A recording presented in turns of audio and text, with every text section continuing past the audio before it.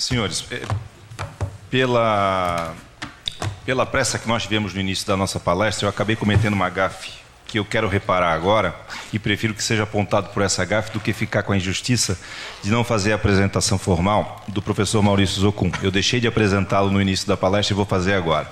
E vou dizer aos senhores também que, se quiserem formular qualquer tipo de perguntas, nós teremos um pequeno prazo ao final para que os nossos palestrantes possam respondê-las, e aí nós temos uma estrutura que pode colher essas perguntas. Então, o doutor Maurício Zocum é graduado em Direito pela PUC no ano de 1997, especialista em Direito Tributário pelo IBET no ano de 2001, mestre em Direito Tributário pela PUC em 2003, doutor em Direito Administrativo pela PUC em 2009.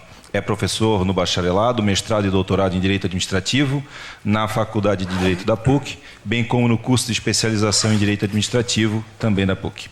É diretor científico do Instituto de Direito Administrativo Paulista, o IDAP, membro do Conselho Editorial da Revista Trimestral de Direito Público, diretor executivo do Instituto Brasileiro de Direito Administrativo e membro do Conselho Editorial da Revista Brasileira de Infraestrutura.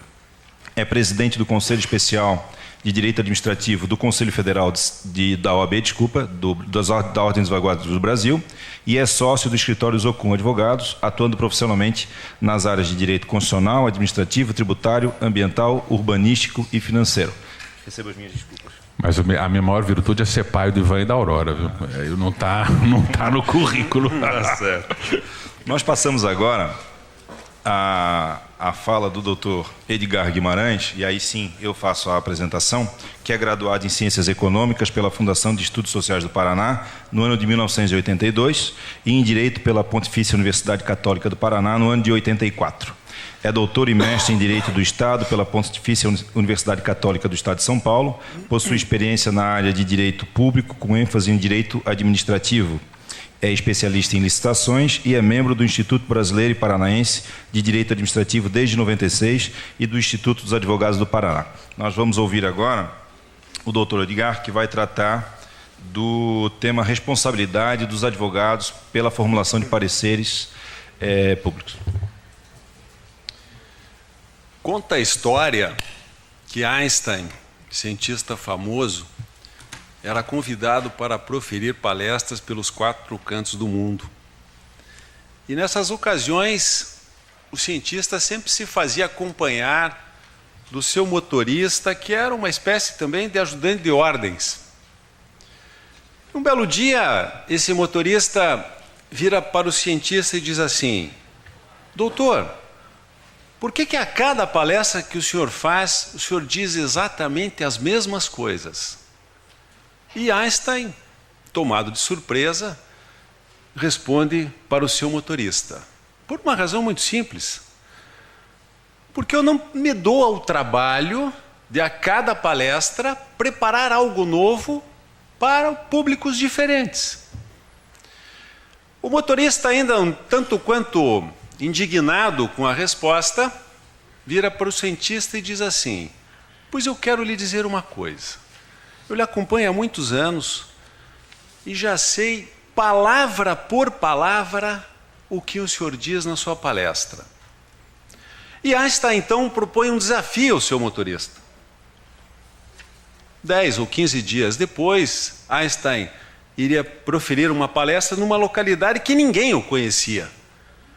E propôs, então, ao seu motorista a inversão dos papéis, o que foi prontamente aceito por este ajudante de ordens. Na data aprazada, lá se dirigiram para aquela localidade, com os papéis invertidos. O motorista toma a tribuna e faz uma palestra para um público de mais de 1000 pessoas, uma palestra espetacular. Porém, quebrando todas as regras de protocolo, uma pessoa da plateia levanta a mão, pede permissão, cumprimenta o palestrante pela brilhante palestra e pede licença para fazer uma pergunta. E Einstein, sentado na primeira fila, quase teve uma síncope, suava frio. E o motorista, sem perder a compostura, do alto da tribuna, agradece os elogios que lhes foram proferidos e diz ao participante: meu senhor, pode formular a pergunta. E essa pessoa formula uma pergunta extremamente complexa. E Einstein cada vez mais nervoso na primeira fila. E o motorista, ainda sem perder a compostura, vira para o consulente e diz assim: meu amigo, eu quero lhe agradecer a pergunta que o senhor me dirige. Quero lhe dizer que a pergunta é muitíssimo complexa, mas a resposta é de uma simplicidade tamanha que eu vou deixar o meu motorista responder.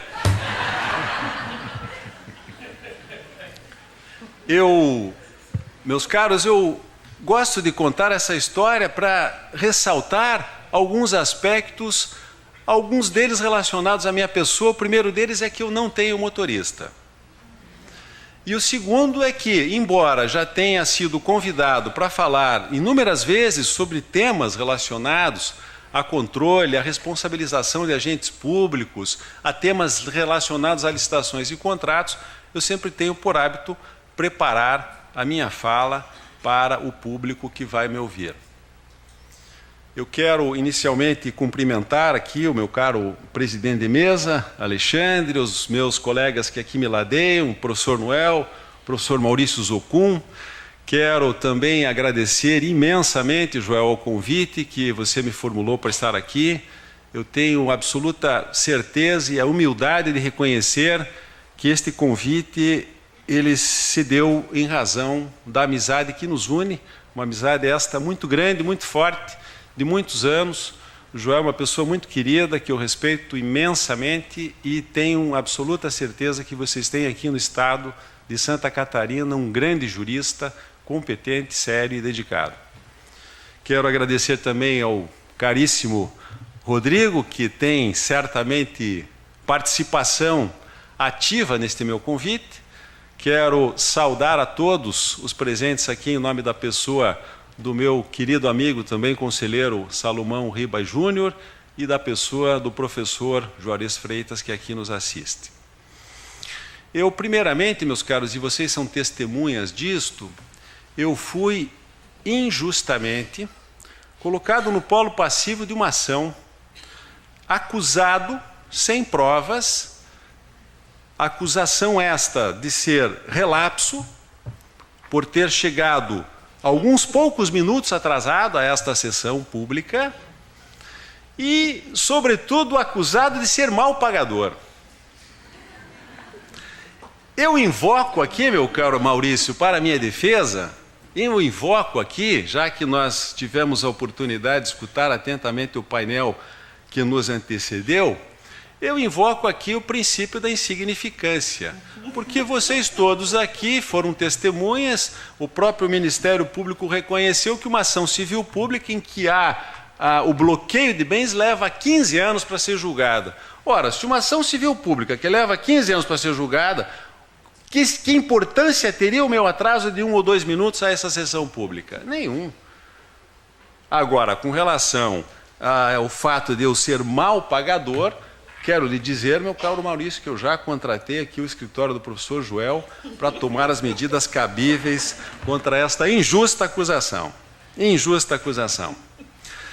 Meus caros, eu também preciso aqui, nesse momento, enaltecer a iniciativa do IDASC em realizar este evento e, sobretudo, do próprio Tribunal de Contas aqui do Estado, destacar a importância das Cortes de Contas hoje no país. Nós, com tristeza, percebemos, ao tomarmos ciência das notícias diárias que são veiculadas pela mídia, o crescimento avassalador da corrupção hoje que se está instalada no poder aqui no Brasil.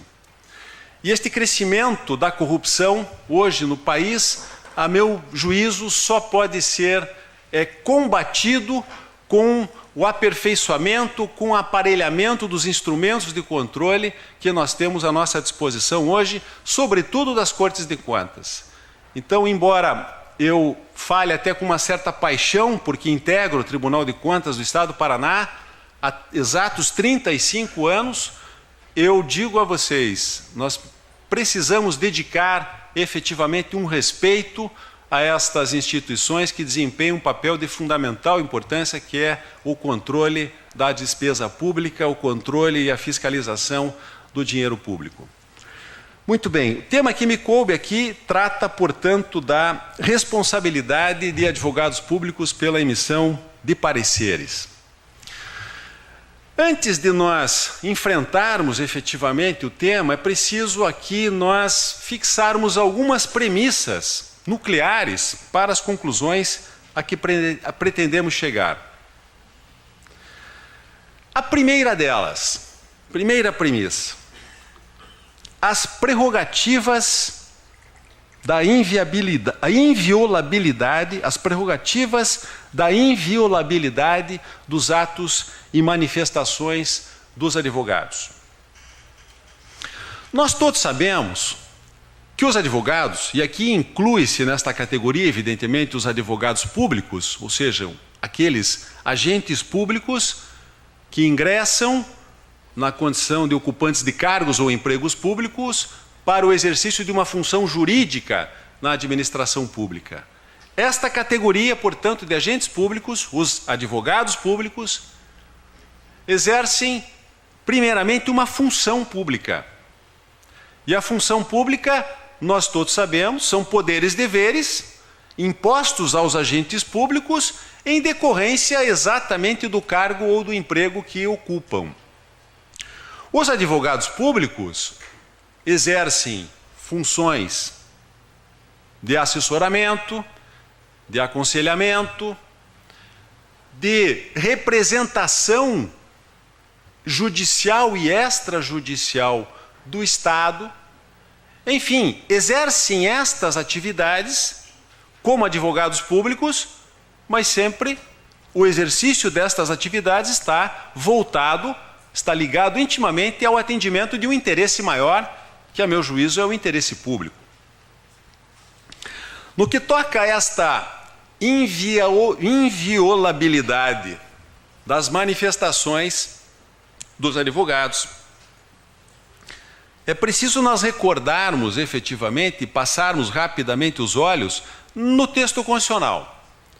Está lá posto na Constituição Federal, no artigo 133, que o advogado é elemento fundamental para a administração da justiça e que o advogado é inviolável por seus atos, por suas manifestações no exercício desta profissão.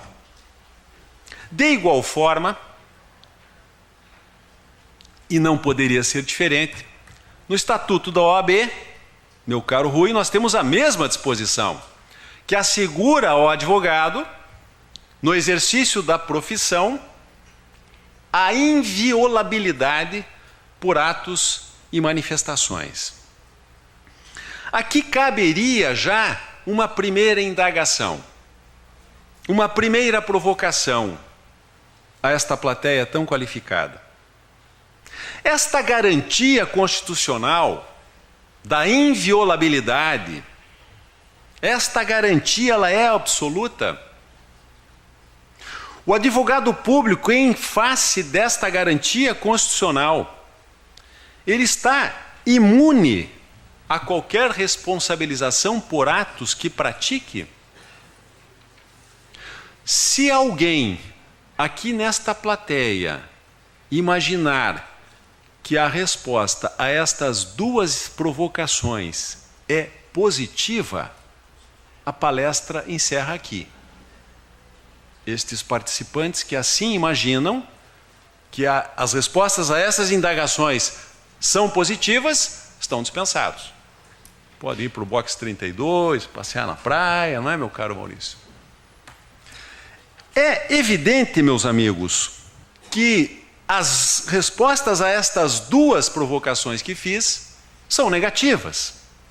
Doutrina e jurisprudência hoje apontam para isto. Portanto, esta garantia constitucional assegurada ao advogado da inviolabilidade nas suas manifestações e nos atos que praticam, ela não é absoluta. E, de igual forma, o advogado, por conta disso, também não está imune à responsabilização pelos atos que pratica. Porém, surge aqui um conflito a ser enfrentado.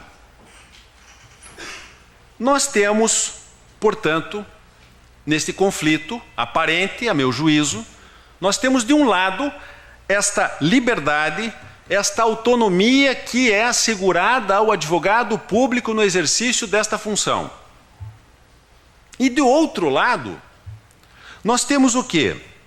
Nós temos o direito da sociedade de controlar e exigir a responsabilização de advogados por atos praticados no exercício dessa função.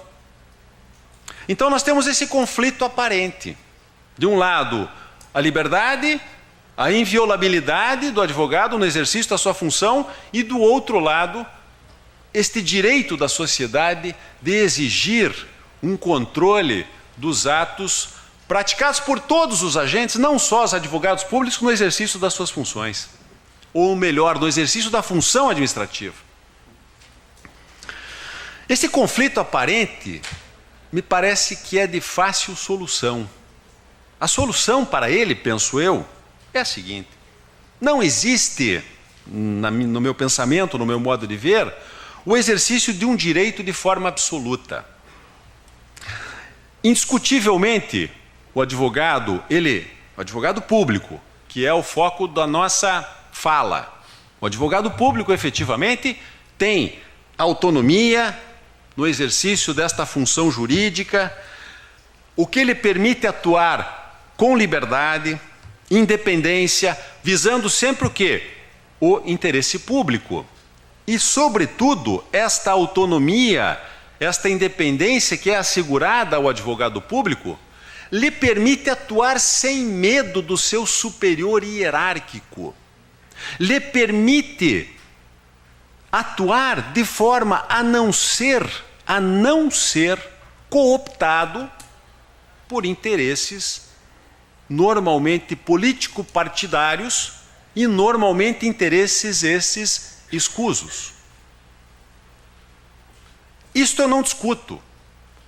E também ele tem liberdade. Liberdade para quê?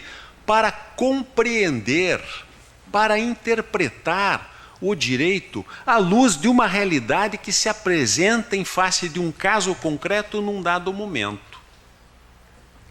Portanto, esta autonomia e esta liberdade deve ser assegurada ao advogado público a qualquer custo, sob pena de nós enfraquecermos o exercício da atividade jurídica no seio da administração pública, tornando o exercício desta função jurídica, desta atividade jurídica, num simples procedimento eminentemente burocrático, mecânico e sem propósito ou sem finalidade alguma.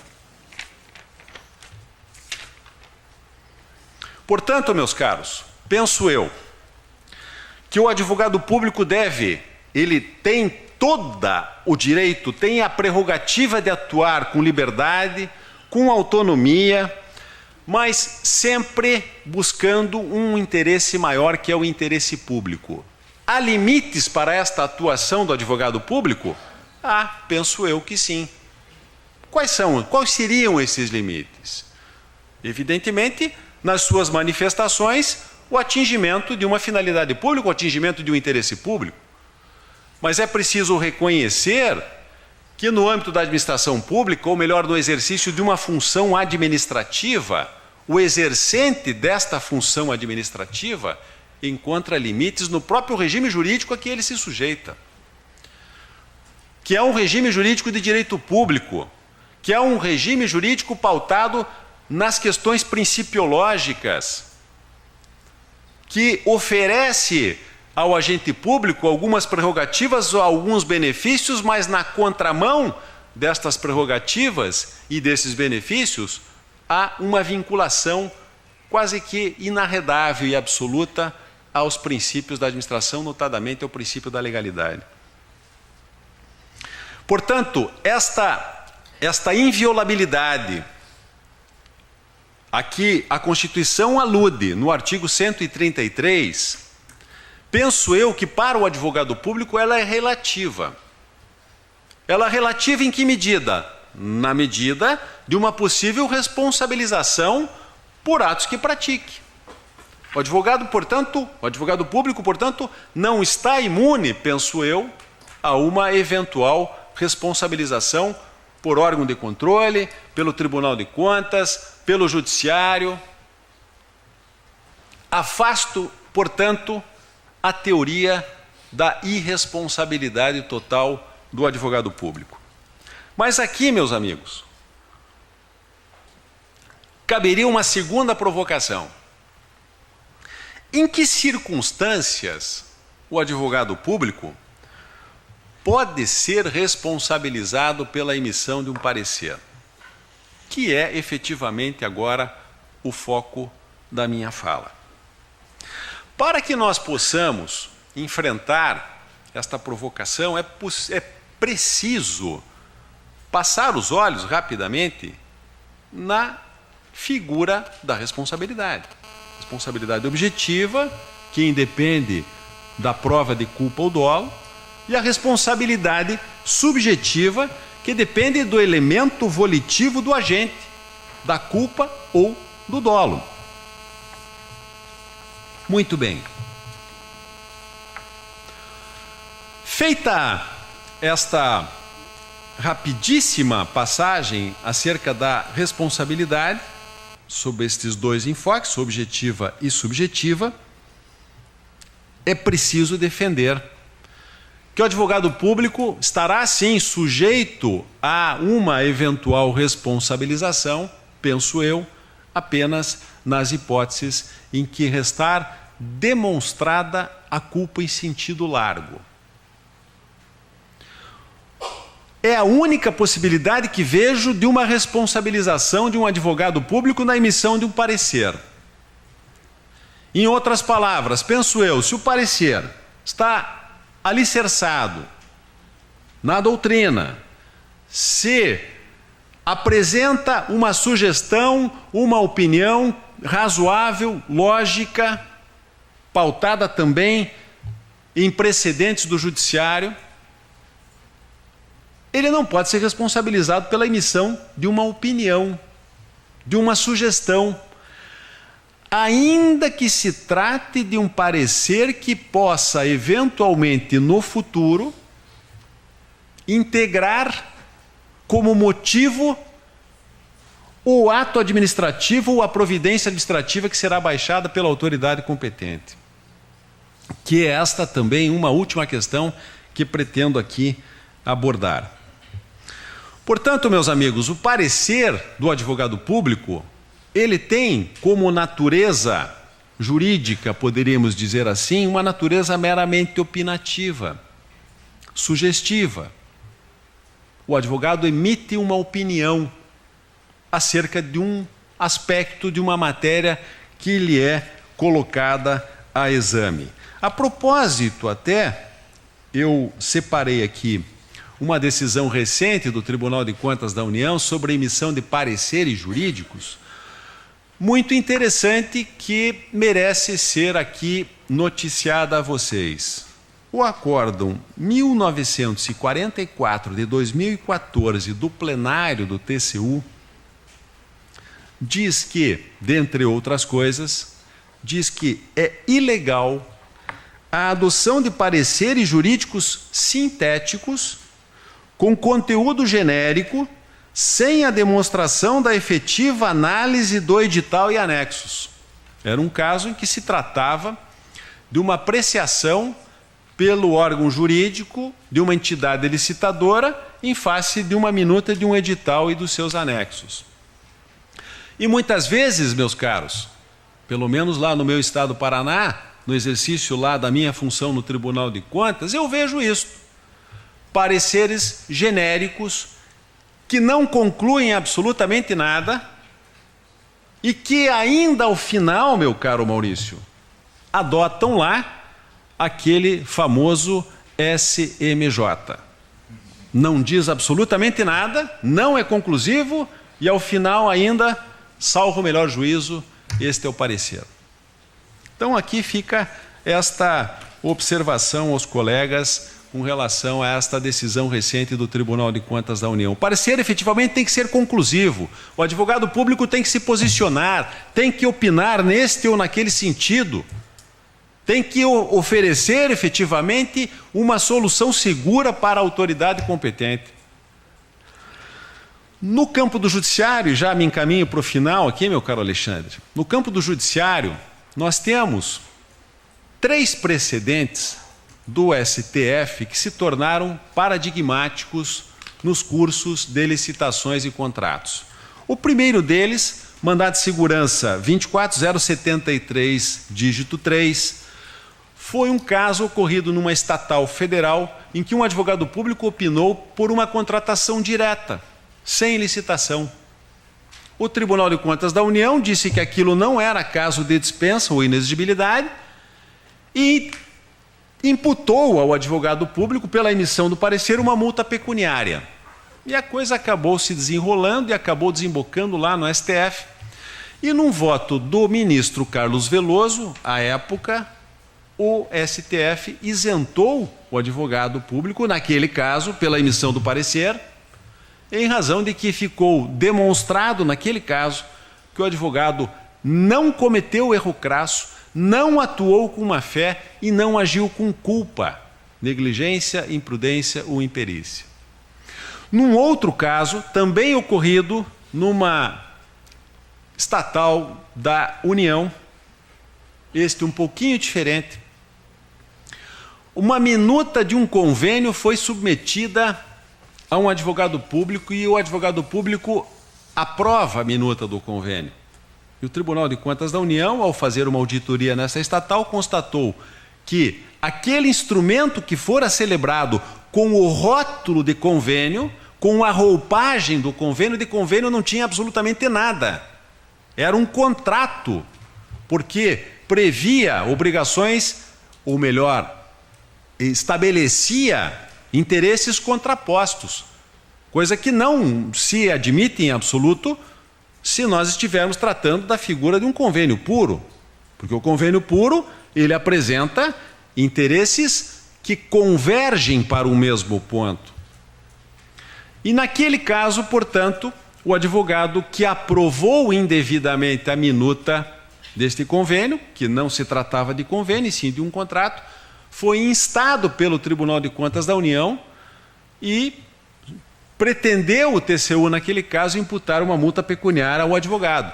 Ele impetrou o mandado de segurança e acabou lá no STF, e neste caso aqui, num voto do ministro Marco Aurélio, mandado de segurança 24584, dígito 1, foi negada a segurança.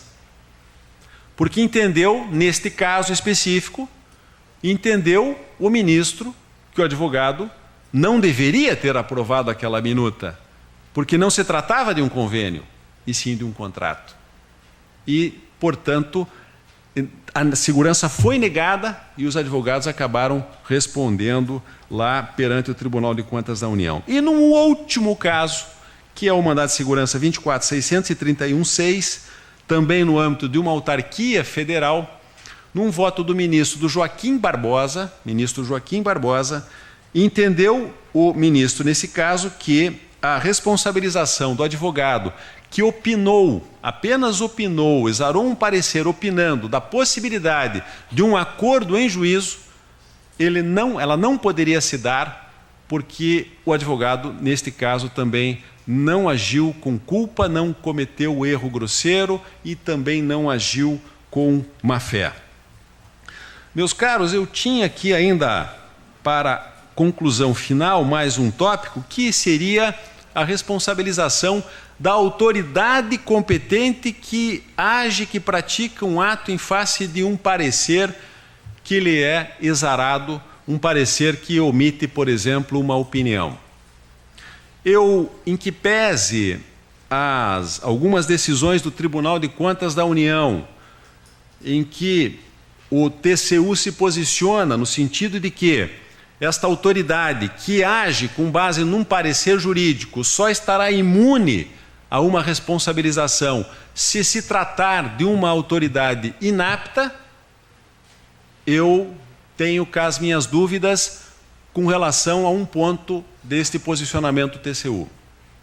O TCU se posiciona da seguinte forma: se o parecer jurídico submetido a uma autoridade competente, o parecer era razoável e a autoridade competente pratica um ato, esta autoridade, na visão do TCU, poderá ser responsabilizada. Porém, vejam só, a preocupação que tenho é a seguinte: normalmente, especialmente nos pequenos municípios, a autoridade competente é uma autoridade inapta. Não tem conhecimento jurídico suficiente, não tem conhecimento técnico suficiente para compreender, para ter a exata compreensão da razoabilidade do parecer que lhe é submetido. Então aqui eu tenho esta dificuldade em sustentar a posição do TCU e penso eu que não poderá haver a responsabilização desta autoridade competente que age, que pratica um ato com base num parecer que lhe é apresentado. Meus caros, estas rapidamente eram algumas considerações que reputei assim mais essenciais e imprescindíveis para o enfrentamento do meu tema e gostaria apenas, antes de dar por encerrada a minha fala, de convidar a todos para, nos dias 12, 13 e 14 de novembro agora, na próxima semana, nós estaremos realizando o 28º Congresso Brasileiro de Direito Administrativo na cidade de Foz do Iguaçu. É um evento já tradicional do Instituto Brasileiro, todos estão convidados e aqueles que tiverem a oportunidade de ir a Foz do Iguaçu e participar do nosso evento, também terão a possibilidade de fazer algumas licitações internacionais, além da ponte, ou quem sabe até umas contratações com inexigibilidade de licitação. Muito obrigado a todos.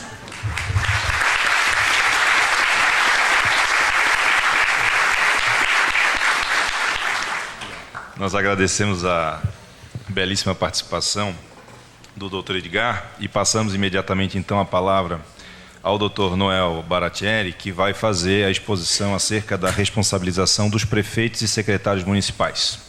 O Dr. Noel é bacharel em Direito pela Universidade Federal de Santa Catarina, especialista em Direito Administrativo pelo Complexo Superior de Santa Catarina, SESUSC, mestre em Direito Administrativo pela Universidade Federal de Santa Catarina, membro fundador do Instituto de Direito Administrativo, IDASC, professor dos cursos de pós-graduação em Direito Administrativo promovido pela Universidade do Oeste de Santa Catarina, UNOESC, Universidade do Desenvolvimento do Alto Vale do Itajaí, a Unidave, e o Complexo de Ensino Superior de Santa Catarina, o SESUSC.